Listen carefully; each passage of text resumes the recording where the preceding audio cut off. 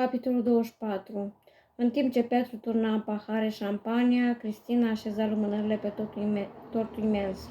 Atunci, într-o secundă, lumea s-a ridicat în picioare cu paharele în mână și a început să cânte. La mulți ani, o colegă cânta și în engleză.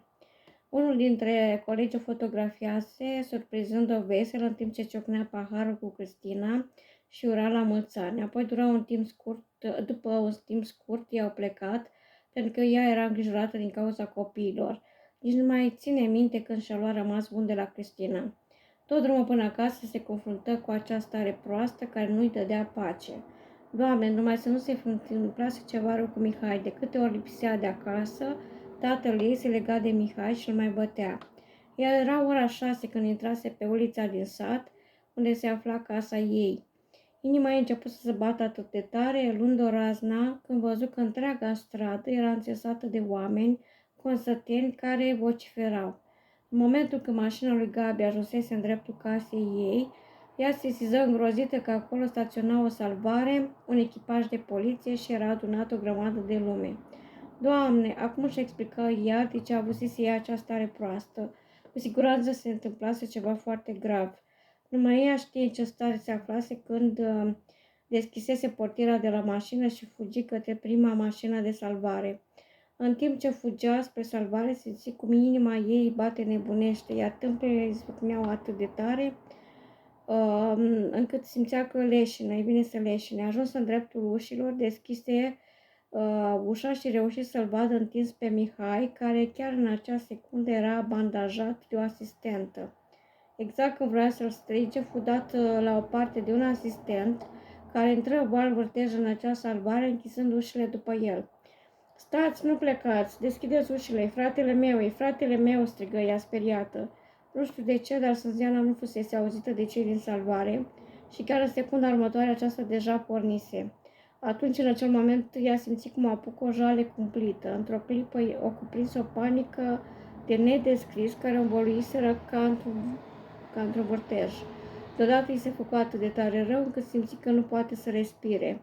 Capul îi vâșdea teribil, iar durerea teribilă îi străpusese inima. Pur și simplu o luă o stare de amețeală încât simți cum totul se învârtește în jurul ei, iar în jurul ei, larma mulțimii, care se amplifica din ce în ce mai mult, o tulbură foarte tare. Aceasta parcă era ca murmurul surd a unei păduri. Doamne, ce era cu coșmarul ăsta? Ce se întâmplase? Că nu înțelegea. Atunci simți că o ia cineva de mână și a văzut pe Vera alături de ea. Aceasta o îmbrățișă putere și spuse să fie tare. Vestea primită de la aceasta era foarte proastă. Se pare că tatăl ei venise beat acasă și bătuse crunt pe Mihai. Din câte înțelesese, ea totul a pornit de la faptul că tatăl lor nu găsise niște bijuterii și dădu să vină pe Mihai pentru lipsa lor. Se pare că tatăl lor se înfuriase pentru că nu le-a găsit și s-a răzbunat pe Mihai, apoi a luat bătaie și Adela pentru că a sărit în apărarea fratelui ei. Totuși Adela era în siguranță la ea, dar, Doamne, în acel moment a avut impresia că cerul îi cade în cap. Deci dacă nu lua ea bijuteriile, nu se întâmpla nimic rău. Dacă ea nu lipsea în acea zi de acasă, nu se întâmpla nimic rău. Era sigur un coșmar. Nu se putea să-i se întâmple lor așa o năpastă. Exact când vroia să o mai întrebe ceva pe Vera, ce vroia să spună prin faptul că doar Adela era în siguranță, fu întreruptă de un polițist care o anunță că tatăl ei este arestat, fiind dus la sediul poliției și că matrona a fost luată de reprezentanții Direcției Protecției Copilului din oraș, fiind dusă în plasament în regim de urgență. Totodată, Mihai urma să fie dus și el în plasament după ce se vindeca. În acel moment, ea a văzut negru în fața ochilor și simți cum o părăsește puterile. Brusc se prăbuși, căză jos la pământ. Norocul ei a fost că Gabi, care stătea în spatele ei, a sesizat că este rău și a reușit să o prindă în ultima clipă și să o ia în brațe. Atunci, în jurul ei, lumea parcă nebunise. Toți credeau că a făcut infart și a murit. Mai multe voci strigau la Gabi să o întindă pe jos. Atunci el se conformă și așeză cu grijă pe o parte, pe jos, moment în care una din vecine s-a grăbit să-i pună o haină sub cap. Atunci el mai întâi verifică dacă are puls și după ce observă că are, strigă tare: urgent apă, aduceți apă. Nu dură mult până cineva întinsese o cană cu apă. El o stropise de câteva ori cu apă pe Sânziana, dar acesta tot nu-și revenise. Atunci Gabi încercă să o ajute altfel pe Sânziana, început să o plesnească ușor peste față. Văzând că în continuare Sânziana nu reacționează niciun fel, continuă să-i aplice alte măsuri de prim ajutor pe care le știa, cu înclinarea picioarelor.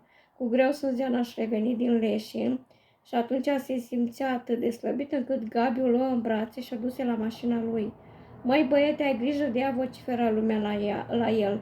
Stați liniștiți, o duc la un doctor, strigă el enervat.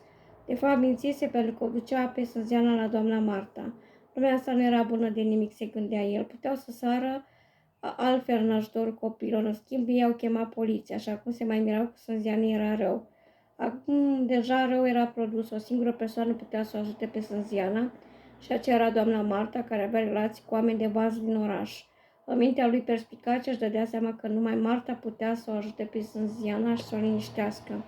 În timp ce conducea mașina, se gândi că situația Sânzianei este de coșmar. Astfel rămăsese consternat de ceea ce auzise de la vecinii ei. Toți comentau pe uliță cum tatăl ei parcă nebunise după amiaza aceea, pentru că nu a găsit niciun ban în casă, nici bijuteriile de aur, astfel încât la furie a spart toate geamurile și a intenționat să dea foc la casă. Mai mulți vecini l-au auzit cum vocifera la copii: dați-mi bijuteriile că fac prăpăd, dați-mi-le. Se pare că toți copiii s-au aflat într-un pericol foarte mare. Noroc de un vecin care a alertat organele poliției, pentru că cine știe ce se putea întâmpla cu nebunul ăla de tată. Se pare că Adela reușise să fugă de acasă până ce au venit cei de la poliție. Probabil că se ascundea undeva prin vecini. Marta se sperie când o văzut pe Sânziana în halul în care arătă, dar i-a spus lui Gabi că a procedat bine după ce acesta îi povestise pe scurt ce se întâmplase. După ce Gabi o așeză pe Sânziana lungită pe pat, Marta îi spuse să o lase în grija ei.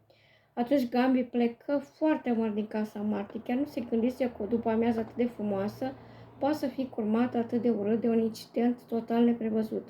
Se pare că Sânziana presimțise ceva. După ce Gabi plecă, Marta îi spusese Sânziane să se odihnească un pic. Era vital pentru ea ca să se odihnească, să poată avea forța să lupte, să iasă din această situație de coșmar. Apoi ea acționase imediat și dăduse mai multe telefoane la o cunoștință de ei din oraș, care era prietenă cu directoarea Direcției Generale de Asistență Socială și Protecția Copilului din oraș, în vederea stabilirii unei întrevederi chiar a doua zi. Tocmai a doua zi cu acea directoare. Tocmai chiar când vorbea la telefon cu aceasta, o simțit deodată pe Sânziana în spatele ei. Aceasta era total răvășită. Într-o secundă Sânziana explodase în plâns în fața ei, încât Marta închisese de îndată telefonul și se duse glonț la ea să o liniștească. Draga mea, nu e vina ta, nu e vina ta, Sânziana. Nu te mai învinovăți degeaba. Nu ai muncit tu atât de mult pentru ei. Nu ai făcut tu atât de multe sacrificii pentru familia ta. Oare ce ai să mai faci? Până și la iubire ai renunțat pentru familia ta. Singurul vinovat este doar tatăl tău. Tu trebuie să fii puternică, să lupți, să îi recâștigi pe copii. Împreună o să luptăm, nu te voi lăsa. Da, dar dacă lăsam acele bijuterii, tata le lua și nu se întâmpla nimic. M-am încăpățânat și uite unde s-a ajuns, spuse ea cu durere în glas. Lasă acum, uite, îți dau un somnifer să poți dormi și mergem mâine dimineață în oraș să rezolvăm problema. Am obținut o întrevedere cu directoarea de la Protecția Copilului. Doamne, Marta, ești ca o mamă pentru mine. Las, du-te acum, întinde-te, odihnește-te. Totuși, Sânziana nu dormi deloc în acea noapte, deși luase 2 somnifere. Noaptea aceea fusese cumplită, cea mai grea noapte din viața ei. Toată noaptea gândurile ei se izbeau în capul ei ca și o mare, a cărui valuri se izbește în stânci, inundând tot în jurul ei. Ea se simțea compleșită de sentimentul de vinovăție, fusese imprudentă și acum plătea. Îl știa pe tatăl lui foarte bine, știa în ce hal se comportă atunci când consuma băuturi alcoolice și cu toate acestea ne socotise fără temei că nu e capabil să facă ceva rău. Acum, în acea secundă, nu avea nicio milă pentru tatăl ei, parcă o căutase cu lumânarea. Nu înțelegea de ce statul îi luase pe copii acum când totul mergea atât de bine. Tristețea din suflet era atât de apăsătoare că simțea că nu poate respira. Doamne, nu putea permite acest lucru. Mama ei avea să se întoarcă în mormânt dacă nu făcea ceva să iasă din această situație. Era hotărâtă să lupte cu orice preț. Da, avea să lupte cu toate puterile să-și reîntregească familia. În cel mai rău caz, va lupta ea pentru custodia copiilor. Nu avea de gând să cedeze deloc. Numai că trebuia mulți bani. Deodată un gând ilumină mintea și a trăsărit de bucurie. Doamne, avea banii de la Nicu, îi lăsase o grămadă de bani. Avea bani să plătească în dreapta și în stânga până rezolva această problemă. Frații ei erau ca și salvați și mâine era o zi, își spuse ea, încurajându-se în sinea ei. Dimineața, Marta, care o văzut atât de posomorâtă, nu mai știa cum să intre în voia ei. Marta o aprobă pe Sânziana când aceasta îi spuse că trebuie să apeleze la serviciile unui avocat pentru ca să-și recapete frații. Sânziana nu-ți facă probleme din cauza banilor. Ai banii de la Nicu, nu știu de ce te încăpățânezi așa. Oricum urmează să fie soțul tău, dacă vrei îl sunăm. Doamne ferește, nu te rog, Marta, nu-i spune nimic. Și așa are atâta treabă, nu vreau să sufoc cu problemele mele. În privința banilor ai dreptate, m-am gândit toată noaptea și mi-am dat seama că o singura soluție este să mă folosesc de acei bani. Altfel nu o să mă pot descurca. Apoi Țănzean o să sună pe patroana de pe telefonul fix. Acum își dădea seama cât de mult greșise că nu cumpărase un telefon mobil. Nu degeaba era o vorbă în popor că zgârcitul mai mult păgubește. Așa era și situația ei, pentru că dacă Mihai avea telefon și o sună la Cristina, poate putea să preîntâmpine tot acest dezastru. Trebuia neapărat să cumpere azi un telefon mobil ca să țină legătura cu avocatul. În secunda care sună pe patroni, răspunse doamna Mihail, care se dovedise foarte înțelegătoare cu ea. Atunci când ea înțelesese situația în care se află, Sânziana îi dăduse liber 2 săptămâni ca să-și rezolve problemele.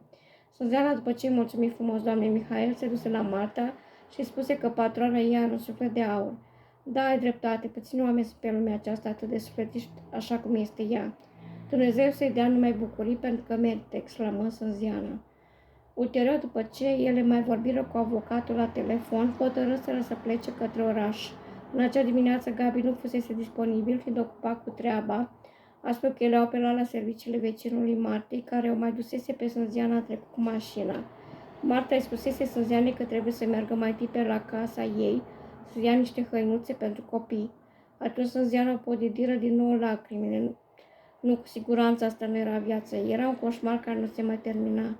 Draga mea, fi tare, spuse din nou Marta, nu te lăsa cu pleșitul, trebuie să fii foarte tare, puternică ca să lupți pentru copii. Nu uita că ei se bazează pe tine.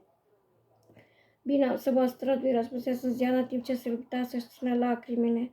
Sânziana nu avea să uite niciodată acea zi de toamnă, care îi se păru de-a drept oribilă. Cerul era atât de mohorât, încât acea vreme parcă accentua starea de tristețe din suflet. Doamne, și partea cea mai dificilă pentru ea a fost când s-a dat jos din mașină să se ducă în casă. Doamne, nu mai deschisese poarta, convoluise din nou acel sentiment înfricoșător cu care se confruntase și în ziua precedentă. O stare de frică inexplicabilă, deci o inexplicabilă pusese stăpânire pe ea și cum să nu tremure când văzu în ce stare deplorabilă se afla casa. Geamurile erau sparte în sute de bucăți care erau împrăștiate în fața casei. De-abia acum înțelese ce a vrut să spună Gabi atunci când s-a despărțit, i-a spus că o să aibă el grijă de casă să nu-și facă probleme. El îi spusese deci că va rezolva el după amiază. Dar răul deja era produs și singurul vinovat de rău era tatăl ei, care devenise peste noapte un monstru. O clipă și făcuse curaj să intre în casă și rămăsese perplexă de îndată ce păși în interior. Sufletul ei era cuprins de oroare, de dezgust când văzut dezastru produs de tatăl ei. Totul arăta atât de rău.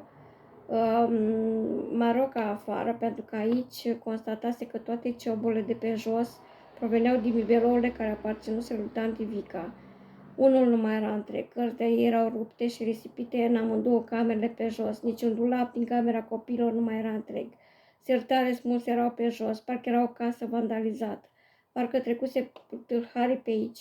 Din acea secundă ea nu-l mai considera pe acel om, tatăl ei. Soțul mamei ei nu mai era tatăl ei. Nici de cum o tată nu putea să procedeze așa, nu avea nicio justificare pentru ea. Ceea ce a făcut însemna o trădare. Da, chinuindu pe acei copii, o trădase pe mama. Niciodată Sânziana nu avea să-l mai ierte.